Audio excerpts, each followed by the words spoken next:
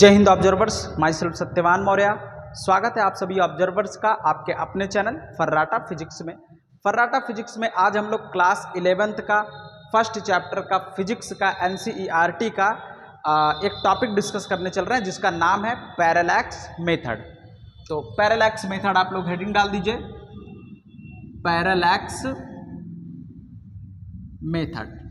लेकिन parallax method पढ़ने से पहले हम लोग थोड़ा एंगल के बारे में स्टडी करेंगे कि एंगल किसको कहते हैं, एंगल का मेजरमेंट क्या होता है, एंगल का फिजिकल मीनिंग क्या होता है। इन सारी चीज़ों के बारे में हम लोग आज स्टडी करने चल रहे हैं। तो अल्टीमेटली हमें पैरेलैक्स तक पहुंचना है, ठीक है।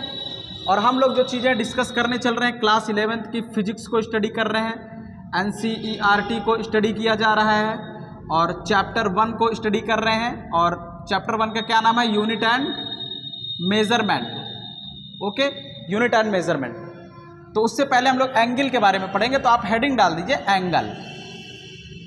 चलिए हेडिंग डाल दीजिए एंगल। एंगल हम लोग पढ़ेंगे, ठीक है। देखिए एंगल किसको कहते हैं, इसको थोड़ा सा समझना इज वेरी इंपॉर्टेंट।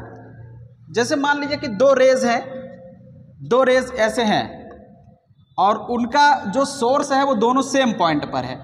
ये वाली रेज भी और ये वाली रेज दोनों कहाँ से आ रही हैं? इसी पॉइंट से आ रही है। इनका सोर्स यहीं से रखा गया है। अब हम जब इस वाली रे को रोटेट करना शुरू करेंगे, घुमाना शुरू करेंगे, ओरिजिन हमेशा सेम रहेगा, बस इसके जो टर्मिनल पॉइंट होंगे वो सब आपके अलग अलग हो जाएंगे। तो जैसे इसको रोटेट करना शुरू करेंगे, देखिए एक माउथ जैसा स्ट्रक्चर बन जा रहा है, ठीक है। तो ये जो आपका ओपनिंग ऑफ माउथ होगा, अमाउंट ऑफ माउथ होगा, ओपनिंग ऑफ माउथ होगा, इसी को क्या बोलेंगे? Angle.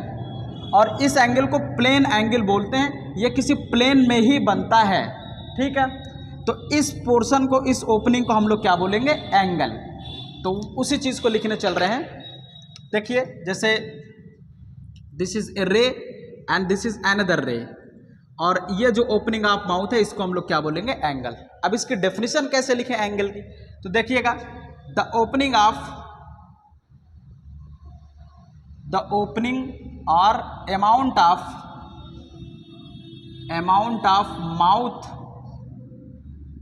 of mouth opened by two rotating rays having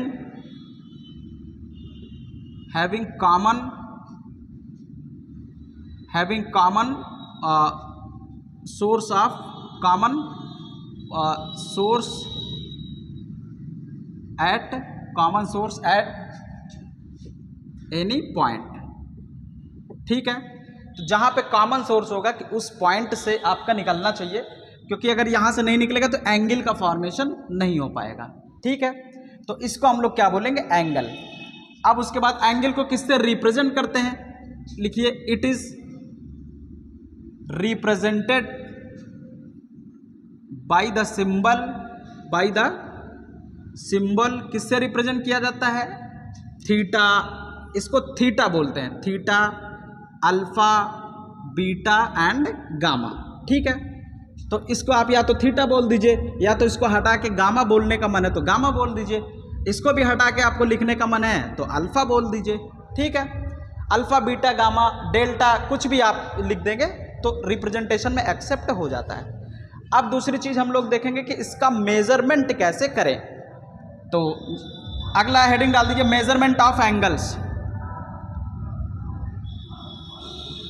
measurement of angles, angles के मेजरमेंट कैसे करें एंड इसकी यूनिट्स क्या क्या होती हैं एंगल्स की, उसको भी थोड़ा सा हम लोग देखेंगे, ठीक है। तो अब जैसे क्वेश्चन उठता है कि मान लीजिए इतना ओपन है तो उसको क्या बोलेंगे? अगर ये ओपनिंग बढ़ गई तो क्या हो जाएगा, कितना हो जाएगा, और ओपनिंग बढ़ा दिए तो कितना हो जाएगा, ठीक है। आप ट्रायंगल वगैरह में पढ़ते होंगे कि इसका एंगल ये है, इसका angle 30 degree, 60 degree, 90 degree, right angle triangle वगैरह में। तो अब वही चीज़ हम लोग यहाँ पे पढ़ने चल रहे हैं। तो एंगल को मेज़र करने के लिए हमारे पास दो यूनिट सिस्टम है। सबसे पहला हम लोग बात करेंगे रेडियन, और दूसरा जो हमारे पास मेजरमेंट के लिए आने वाला है उसको बोलेंगे डिग्री सिस्टम। रेडियन क्या होता है, रेडियन सिस्टम में हम लोग मानते हैं कि एक कंप्लीट रोटेशन यहाँ से यहाँ तक, एक कंप्लीट रोटेशन यहाँ से यहाँ तक कितना होता है 360 डिग्री। और 360 डिग्री अगर रोटेशन आपका है तो इसको हम लोग बोलेंगे 2 पाई रेडियन। तो रेडियन में एक कंप्लीट रोटेशन को कितना माना जाता है 2 पाई रेडियन, ठीक है। तो इसको बोलेंगे 2 पाई रेडियन और वन कंप्लीट रोटेशन। और डिग्री में क्या मानेंगे, डिग्री में माना जाता है कि अगर वन कंप्लीट रोटेशन हुआ है तो इसको मानते हैं 360 डिग्री, 360 डिग्री, ओके। और one complete rotation, complete rotation. थोड़ा सा अभी आज फेस्टिवल है, आवाज़ बहुत आ रही है तो 1 सेकंड वीडियो रोकना पड़ेगा, बताते हैं आपको।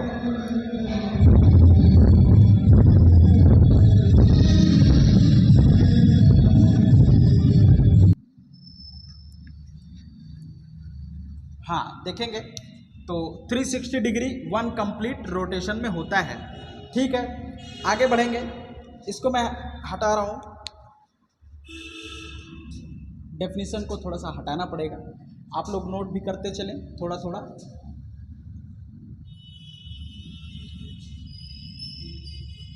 अब जैसे वन परपेंडिकुलर कितना हो जाएगा, वन परपेंडिकुलर किसको बोलेंगे, इसको जब कोई दो रेज आपस में कैसे हो जाए, ऐसे, ठीक है। जब ऐसे हो जाएंगे तो उसको परपेंडिकुलर बोल दिया जाएगा। एक रेज ऐसे होनी चाहिए, एक रेज ऐसे, तो वन परपेंडिकुलर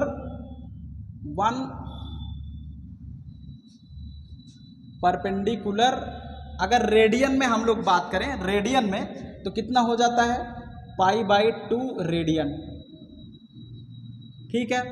और अगर हम लोग वन परपेंडिकुलर बात करें किसमें, डिग्री में, तो one perpendicular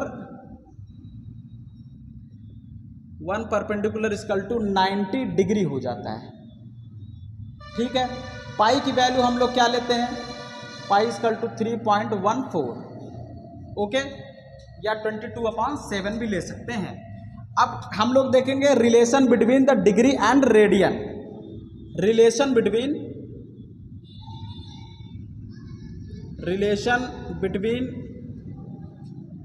degree and radian, heading डाल दीजिए relation between degree and radian, ठीक है। अब इसको आप लोग नोट करिए जल्दी जल्दी, relation between degree and radian. तो डिग्री एंड रेडियन में आपने देखा कि कितना था, one complete rotation equal to, one complete rotation में हमने क्या लिया था 360 डिग्री। अगर बात करें तो 360 डिग्री इक्वल टू, जितना 360 डिग्री उतना 2 पाई रेडियन था, तो 2 पाई रेडियन, ठीक है। तो 1 डिग्री इक्वल टू कितना हो जाएगा 2 पाई अपॉन 360 रेडियन। अगर 1 डिग्री को हमें रेडियन में कन्वर्ट करना है तो 2 पाई अपॉन 360 करना पड़ेगा। और अगर हमें 1 रेडियन निकालना है तो 1 रेडियन कितना हो जाएगा, ये 2 पाई यहाँ नीचे आ जाएगा, तो 1 रेडियन इक्वल टू अगर हमें निकालना है तो 360 अपॉन 2 पाई डिग्री करना पड़ेगा। तो रेडियन को डिग्री में कन्वर्ट करना है तो हम लोग 1 रेडियन की जगह 360 अपॉन 2 पाई रखेंगे, और डिग्री की जगह रेडियन रखना है तो 2 पाई अपॉन 360 पुट करेंगे, ठीक है।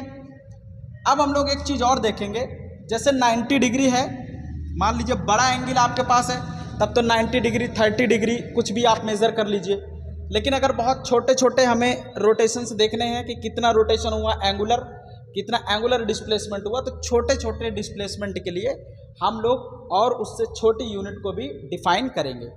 तो अब आप आगे लिख दीजिए small units of the angle, heading next डालेंगे small units of the angles, small units of the angle या small measurements of the angle. देखते चलें, small units and measurement of angle, measurement of angle. देखिए 1 perpendicular में कितना degree होता है? 90 degree. 90 degree का मतलब क्या हुआ?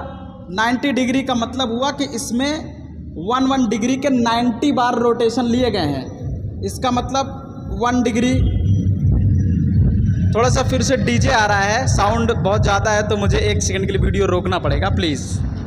दरअसल डीजे वाले आ गए थे तो इस वजह से थोड़ा सा हो गया था डिस्टरबेंस। तो चलिए हम लोग ये देख रहे थे कि ये जो 90 डिग्री होता है, तो 90 डिग्री 90 बार रोटेट करने 1 डिग्री का 90 रोटेशन हम लोग लेंगे तो जाके परपेंडिकुलर बनता है। इसका मतलब 1 perpendicular equal to 90 rotation of 1 degree. तो 1 डिग्री को जब हम लोग ऐसे 90 टाइम्स लेंगे तो क्या बन जाएगा? 1 परपेंडिकुलर। तो इसका मतलब ये आपका ऐसे 1 डिग्री से बनता वो चला जाएगा। तो देखिएगा कहाँ तक? 90 तक यहाँ पे लेंगे तो 90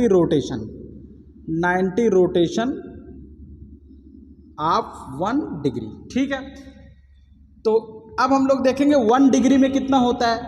तो आगे बढ़ेंगे। अब 1 डिग्री, सपोज दैट ये एंगल 1 डिग्री है।